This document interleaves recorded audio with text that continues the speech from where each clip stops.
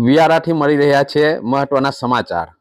વિયારા ખાતે વિશ્વ પર્યાવરણ દિવસની ઉજવણી કરવામાં આવી।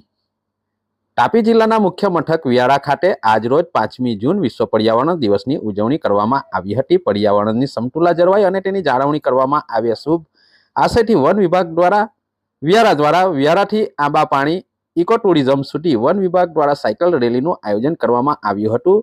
જિલ્લા વહીવટતંત્રના સંકલન અધિકારી કર્મચારીઓ અને નાગરિકો મળીને કુલ 50થી વધુ પર્યાવરણ પ્રેમી ભાઈઓ બહેનો ઉત્સાહભેર ભાગ લીધો હતો।